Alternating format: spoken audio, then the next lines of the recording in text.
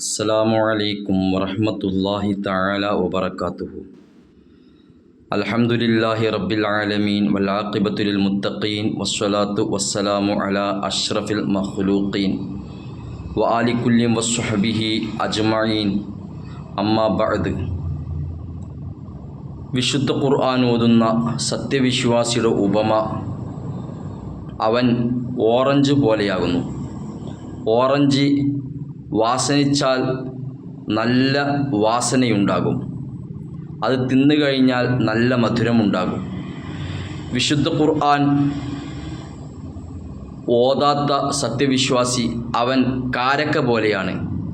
കാരക്ക വാസനിച്ചു കഴിഞ്ഞാൽ വാസന ഉണ്ടാവുകയില്ല, തിന്നു കഴിഞ്ഞാൽ നല്ല മധുരമുണ്ടാകും.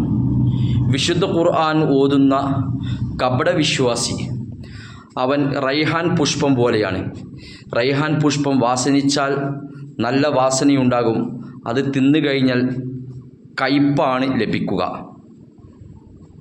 വിശുദ്ധ ഖുർആൻ ഓതാത്ത കപടവിശ്വാസി അവൻ ആട്ടങ്ങ പോലെയാകുന്നു. ആട്ടങ്ങ വാസനിച്ചാൽ വാസനയുണ്ടാവുകയില്ല, തിന്നു കഴിഞ്ഞാൽ കഠിനമായ കയ്പ്പാണ് ഉണ്ടാവുക. വിശുദ്ധ ഖുർആൻ ഓതുന്ന സത്യവിശ്വാസിയും വിശുദ്ധ ഖുർആൻ ഓതാത്ത സത്യവിശ്വാസിയും അവരെ സംബന്ധിച്ച് മറ്റൊരു റിപ്പോർട്ടിൽ പറയുന്നത് കൂട്ടിൽ അടക്കപ്പെട്ട പക്ഷിയെപ്പോലെയും വള്ളത്തിൽ ഓടിക്കളിക്കുന്ന മത്സ്യത്തെ പോലെയാകുന്നു.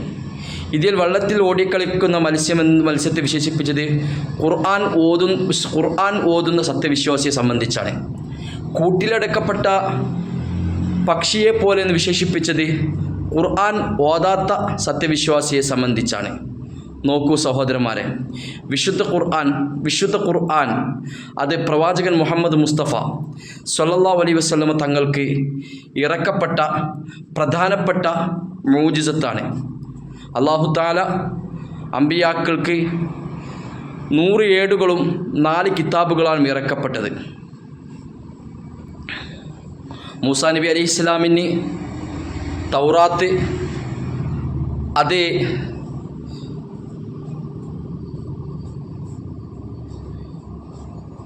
ഇബ്രു ഭാഷയിലാണ്.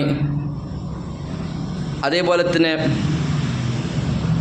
ഈസാ നബി ഇസ്ലാം ഇറക്കപ്പെട്ടത് ഇഞ്ചീൽ അത് സുറിയാനി ഭാഷയിലാണ്. അതുപോലെ തന്നെ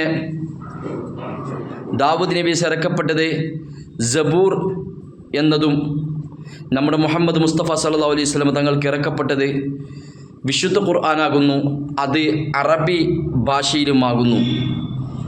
ഈ വിശുദ്ധ ഖുർആൻ പ്രവാചകൻ സല്ലല്ലാഹു അലൈഹി വസല്ലം തങ്ങളുടെ അതിപ്രധാനപ്പെട്ട മുഅ്ജിസത്തും കൂടിയാണ്.